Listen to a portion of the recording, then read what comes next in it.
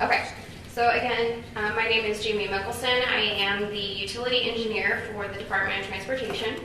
I do have John Large over here. He is with Finish. He is one of our utility coordinators on this project. Katie Acevedo is also the NDOT utility coordinator, and anybody during construction, she and John will be one of your contacts. Okay, so just a little bit about what I'm going to talk about, just quickly go over the process, the contractor commitments that we have laid out in the contract itself, the utility plans that we have supplied on this project, as well as a brief status of each utility. So this project, as you all know, everybody has been aware of it for quite some time. Even though we haven't done the coordination for multiple years on this project, these utility companies have been very aware of it, so it's not new to them. We did start off our utility coordination with a utility workshop. We pulled all 15 utility companies in, and we presented the project to them. We discussed where they are existing and some concerns that they may have. And from June 2018, we've had continuous and extensive coordination with each utility company. We have also had individual meetings with each company. These meetings were intended to answer any questions that they may have. This, again, is not a standard project in the sense of we have a lot of moving parts. We have a lot of expectations that the utility companies do not conflict with the contract. In these meetings, we did talk about their relocations. We talked about any questions they may have, requirements that we had as a DOT, and any policy issues that we needed to iron out. So they were very involved meetings. The contractor commitments that are in the contract itself, new to this project, we're calling it a pre-construction utility meeting. So this is separate from the pre-con meeting, and it's separate from the pre-con public meeting. So we are requiring the contractor to set up a utility meeting. We are talking to our utility companies, encouraging as best as we possibly can that they attend this meeting. The intent is to have this meeting as soon as the contractor is able, after the award of the project, but prior to the pre-con. So the intent is to work with the utility companies and get as much details as we can ironed out prior to the pre-con. With that, so we do have in the status of utilities, and again, that's all laid out in the contract itself, direct communication between the contractor and the utility companies. So the intent behind this is, again, we have a lot of moving parts. We just need to make sure everything is coordinated. We have a few critical areas that John will discuss. Those areas will need to be coordinated specifically with the utility companies that are in those areas.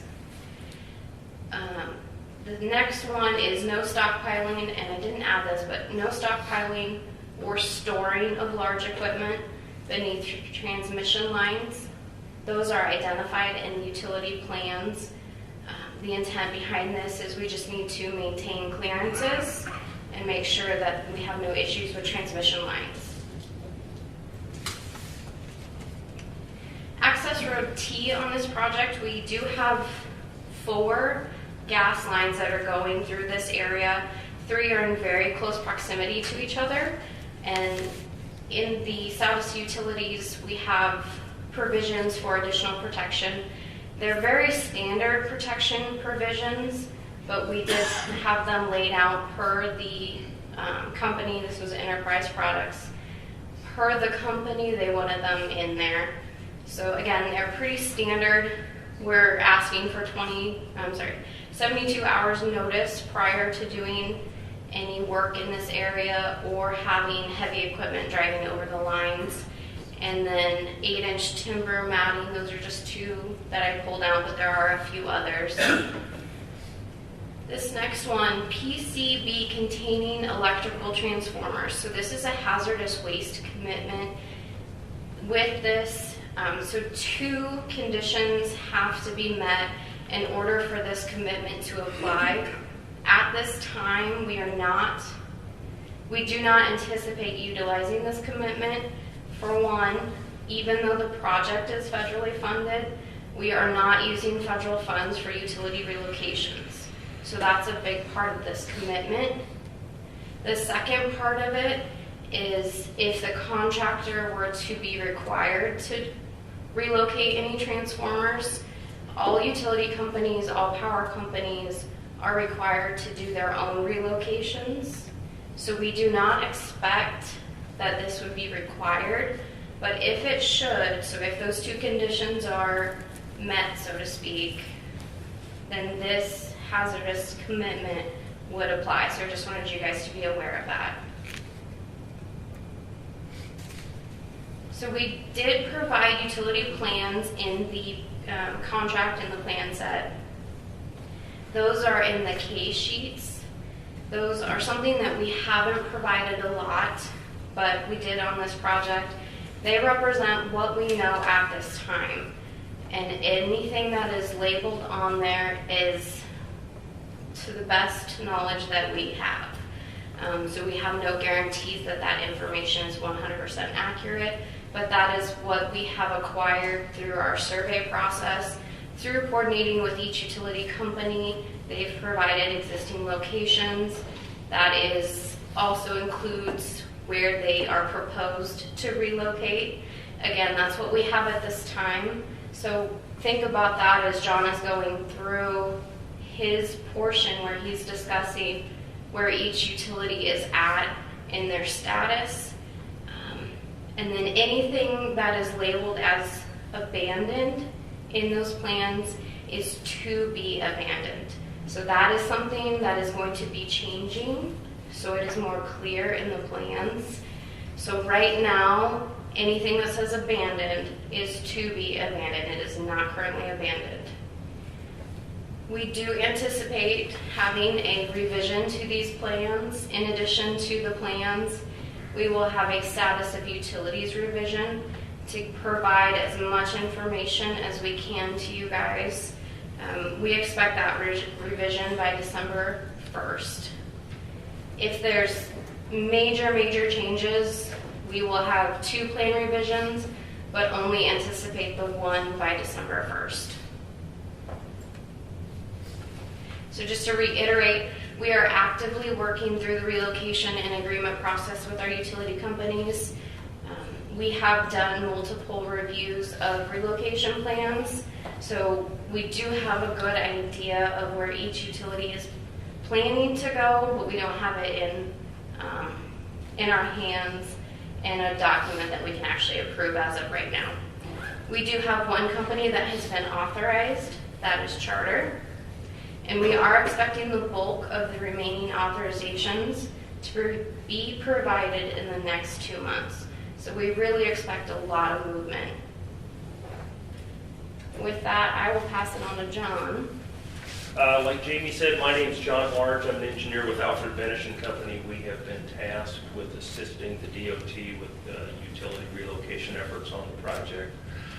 This has been an interesting assignment for me to coordinate and communicate with 15 different utilities, including 5 different fiber providers, 5 different gas pipeline operators, 2 water service utilities, and 3 different power companies.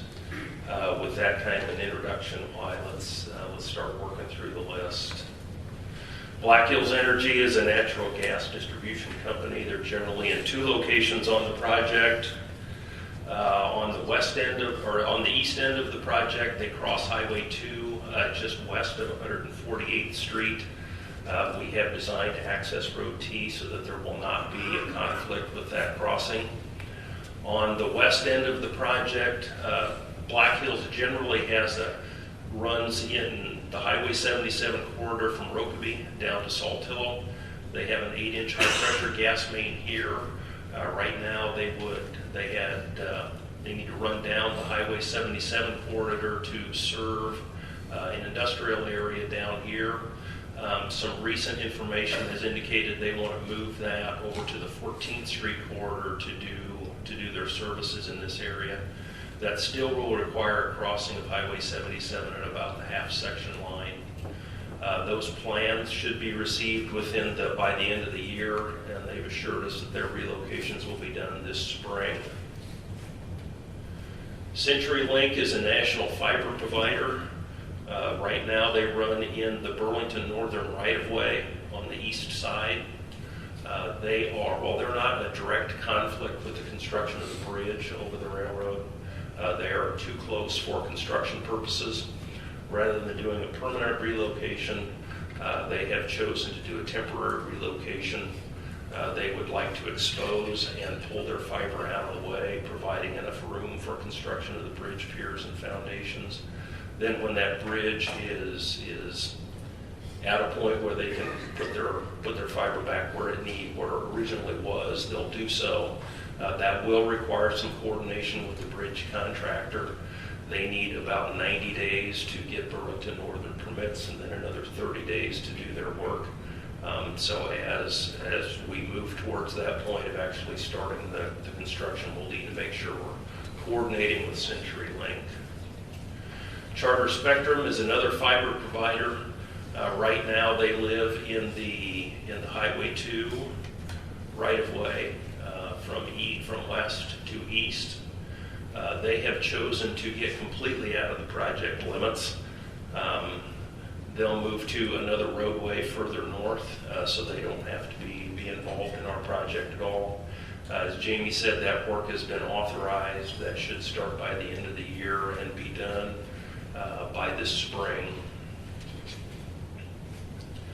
Enterprise Products is a pipeline operator. This is the one that Jamie talked about, having some special requirements for working over the top of their pipeline. They're out here underneath Access Road T between 134th and 148th Street. They reviewed our preliminary plans and told us they did not see a conflict. They've asked to review final plans, which we've provided them. We anticipate a similar response after they complete their review. Lancaster Rural Water District provides water services to this area of Lancaster County. As you can see, they have a number of locations where there will be relocations required. They have provided us with plans, 90% plans. We've provided some comments back. Upon NDOT authorization, it will take them about 60 days to procure all of that construction work. They're anticipating about 9 months to complete all of that. We have identified some high priority locations for them. The 54th Street crossing will be a high priority location. 98th and Saltillo is a high priority location, and then they run north and south along 120th. That's another high priority location for Lancaster Rural Water. They have told us once they're procured, they feel like they can have enough flexibility in their schedule that when we know what our roadway construction schedule is, they can prioritize work to help us out. Lincoln Electric System provides power to mostly the customers on the north side of the main line. They have three critical areas for us. They have work to do along Highway 77, primarily on the west side of the Highway 77 corridor. They will have an important location out here at 98th and Saltillo. And again, just like Lancaster Rural Water along 120th Street. These will require some significant bores. Almost all of their work will be underground. We should have their plans approved and authorized by the end of the year. They're anticipating about 10 months to do that work, but again, we've identified high priority locations for them, and they seem to be very willing to work with us. Beyond just their distribution, Lincoln Electric has some transmission that we will need to work with that I think we just need to be aware of. They have already relocated a transmission line between between 68th and 82nd. It'll cross the main line on the half-section line. As I said, that's already been relocated and is out of our way. They also have some transmission along 38th Street, just east of the 27th Street interchange. Again, that is not a conflict, but we do need to be aware. Lincoln Water System is our second water utility. They have a tower out here at about 98th and Bregan Road that serves southeast Lincoln. They have reviewed the project. They've told us that we do not have a conflict with them, although they would like us to follow standard construction notification processes as the work proceeds.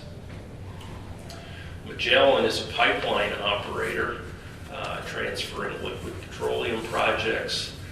They touch the project in 4 general locations.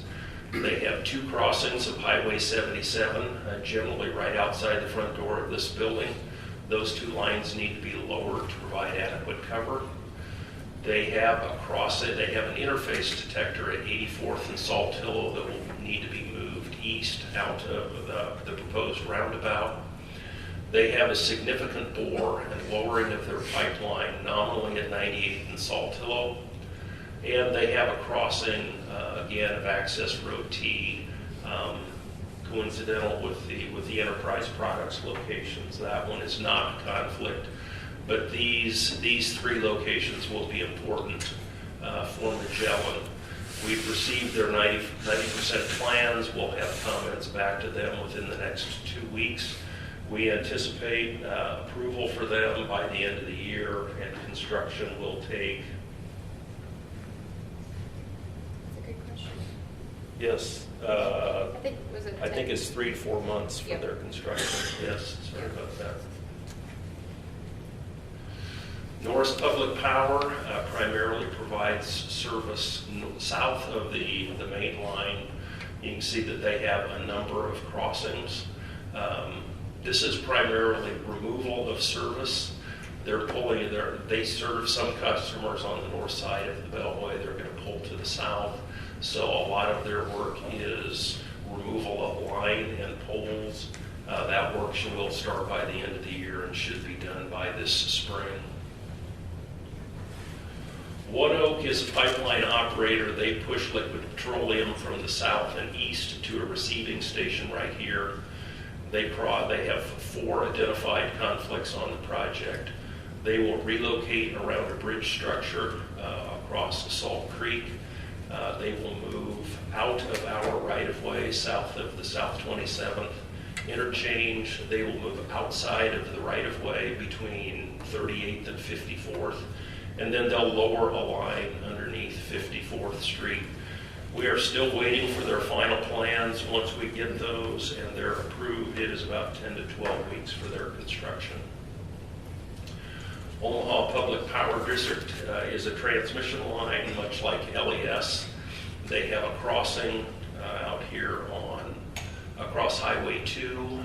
Again, there's no conflict there, but it's good for us to know that be aware of them. Phillips 66 transfers liquid petroleum from the receiving station on the south side of Saltillo to a pumping station on the north side. That is parallel 8-inch lines that will need to be lowered. As they work on defining their relocation, we are pressing them on the timing of all of that work. Unite Private Networks is another one of our fiber providers living primarily along 82nd Street. As the roadway is realigned to meet 84th, they will follow that alignment on the east side. We're still waiting for those plans. We should have them by the end of the year, and again, that work will be done by this spring. Verizon is yet another fiber provider. They live in the Homestead Trail. We have identified a conflict with some bridge piers. They have a preliminary design to relocate that line to the west to get away from those piers. Those plans, we'll have them in hand by the end of the year. Within 2 weeks of no authorization from the DOT, they'll have that line relocated. Windstream is the 15th utility. You can see that they are scattered throughout the project. We have identified high priority locations for them as the Highway 77 corridor from Rokeby all the way down to Bennett Road. We will have a significant crossing at 54th, important for them. We will have a crossing out here at 98th and Saltillo. The 120th Street area, again, is another important crossing for them.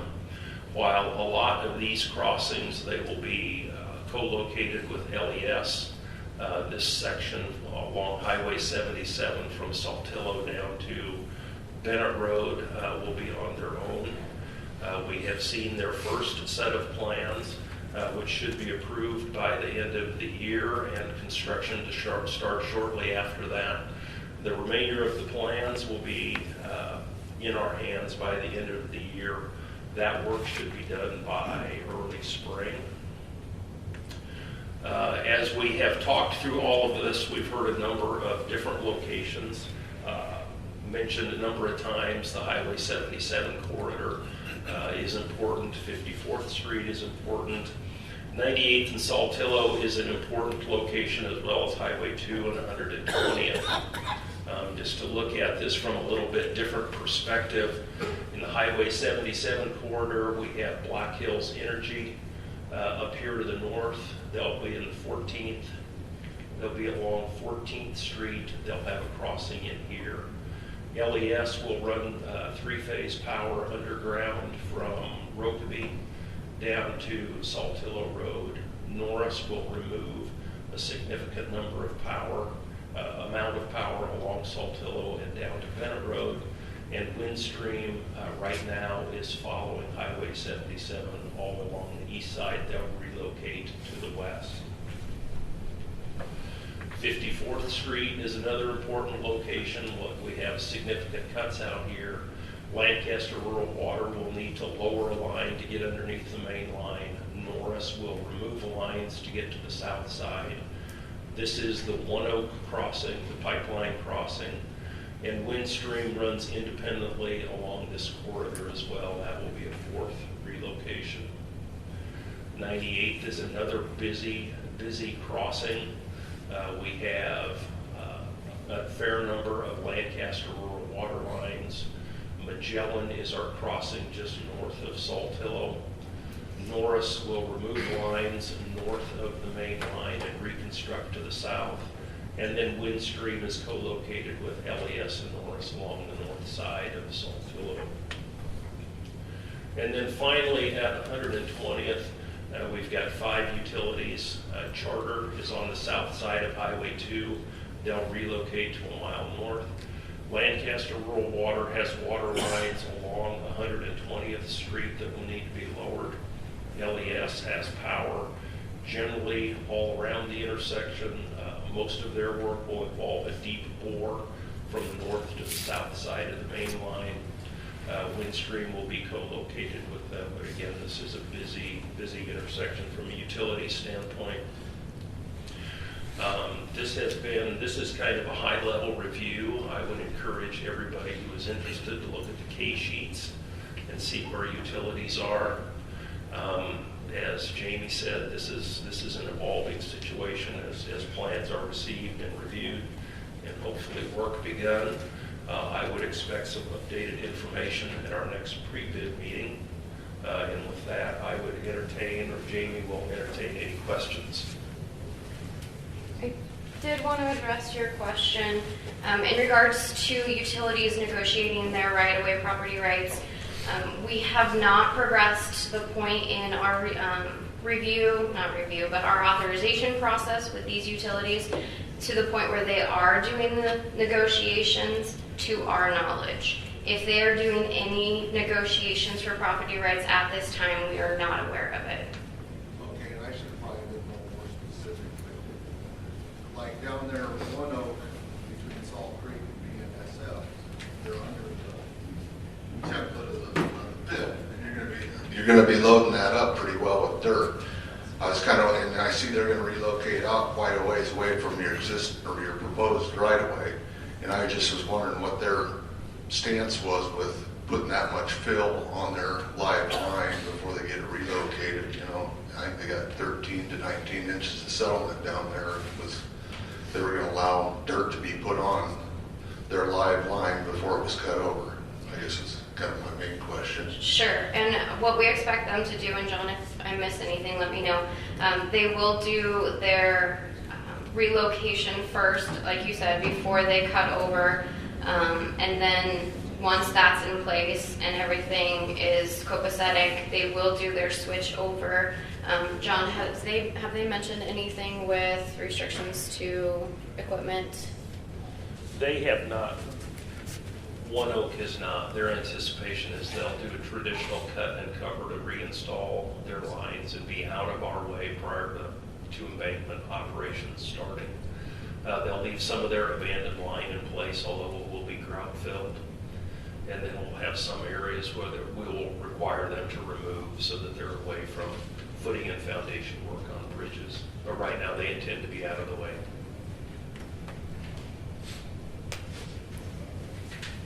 That's going to be another one of those fluid situations that we'll have some coordination with.